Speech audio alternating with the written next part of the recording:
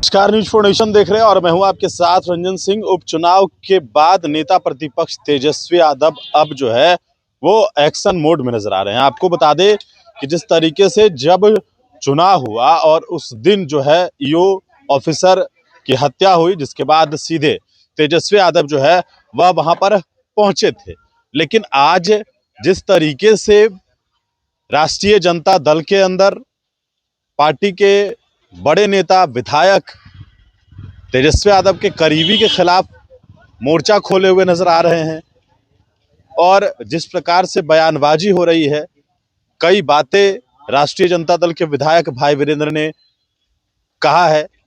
किसी का नाम भले नहीं लिया हो, लेकिन उन्होंने जो है वो बताया है कि तेजस्वी यादव के पास जो लोग रहते हैं उनको हटाना होगा। जनता उनको गाली देती है, जनता उनको चाहती नहीं है। इस तरह की बातें भाई वीरेंद्र उपचुनाव के नतीजे के बाद कहते हुए नजर आ रहे हैं। हालांकि यादव और मुसलमान जो टूटे हैं, तो उस बीच जो बयानबाजी है उस पर कहना है कि जो जीत रहा था वोटरों ने उसको चुना, लेकिन जो एम और वाई का जो समीकरण है वो हमारे साथ है, वो टूटा नहीं है। अगले चुनाव में वो हमारे साथ दिखेगा, ये भी पार्टी के नेता कहते हुए नजर भी आ रहे हैं। लेकिन उसी बीच पार्टी के ही नेता पर बिना नाम लिए हुए मोर्चा खोले हुए हैं। आज भी कई तरीके का बयान जो है वो भाई वीरेंद्र ने दिया है, बिना नाम लिए हुए, किसी का नाम नहीं लिया, लेकिन ये कहा कि हम जानते हैं क्या है, कहां से आए हो, क्या किए हो, क्या क्या करते हो। मतलब कई तरीके का बयान जो है वो उन्होंने दिया है और इस बयान से राष्ट्रीय जनता दल के भीतर जो है घमासान मचा हुआ है।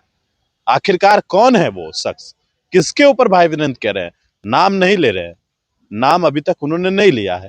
तेजस्वी यादव के करीबी बताए जाते हैं। अब कौन करीबी हैं, ये सवाल है। हालांकि करीबी तो कई हैं, लेकिन बिहार में विधानसभा के जो चुनाव हुए, उस चुनाव के बाद जो राज्यसभा के सांसद संजय यादव हैं, उनके ऊपर भी कई बार आरोप लग रहे थे। हालांकि संजय यादव अब परमानेंट जो है इन दिनों दिल्ली में है, बिहार में है भी नहीं। रमीज के बारे में रोहिणी आचार्य ने कहा था, वो भी नहीं है। तो कौन है, सवाल है।